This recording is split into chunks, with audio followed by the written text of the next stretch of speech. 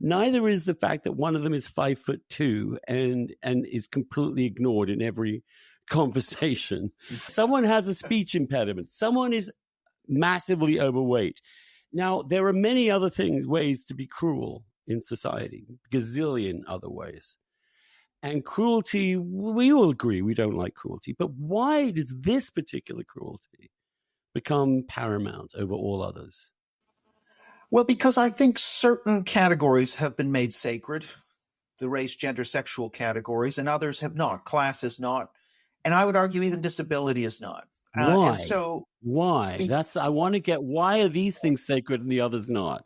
So there's a whole literature and history that talks about emotional regimes where, in some societies, having a woman menstruating is seen as incredibly unclean and horrible. There are certain taboos that arise in society and certain sacred objects and totems, and they sort of arise suddenly. So that the sacredness of race arose very suddenly in the U.S. in the mid-'60s. Shelby Steele's book on white guilt talks about it. Paul Krugman talked about it in a New York Times article, 2013, where all of a sudden, nobody really, people like Susan Sontag in 1966 says, the Black Americans were figures of folly and a joke, and suddenly they are the number one mask for victimage, and they suddenly acquired this sacredness, and suddenly you couldn't then offend. So when the Moynihan Report on the Black Family came out in 1965, talking about rising rates of fatherlessness, it was shelved by the Johnson administration. All of a sudden, you could see that new paradigm operating. So I would call this it's almost like a volume dial on certain categories has been cranked up to 10.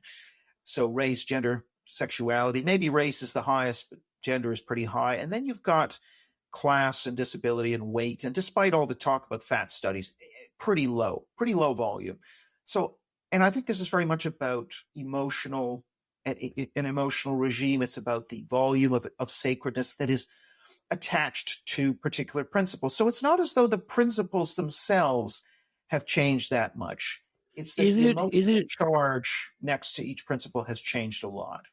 Is it also because the victims of this particular sin are recognizable externally, immediately, in most cases, and also that there were legal regimes. There weren't legal regimes in the past that banned fat people from going into some restaurants or others, though they might have been very socially beneficial.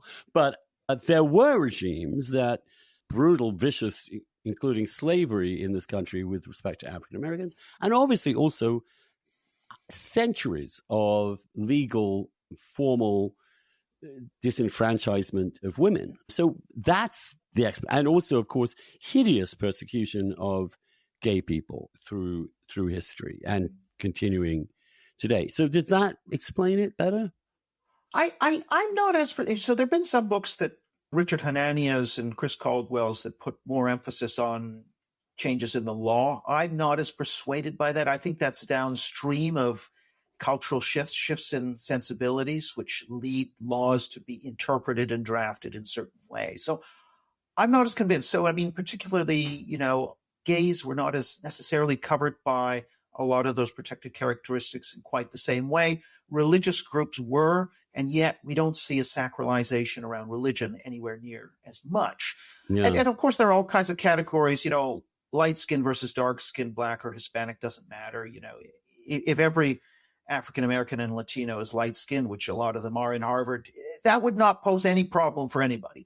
So it's really around just the categories. Black. And it's funny, some of the categories like religious actually become targets. That poor schmuck who decided to bake cakes somewhere out in Colorado for a living has been routinely, now regularly sued by various groups because he won't violate his religious conscience and write certain words on certain cakes and so on. So the religious have become evil in many of these circumstances.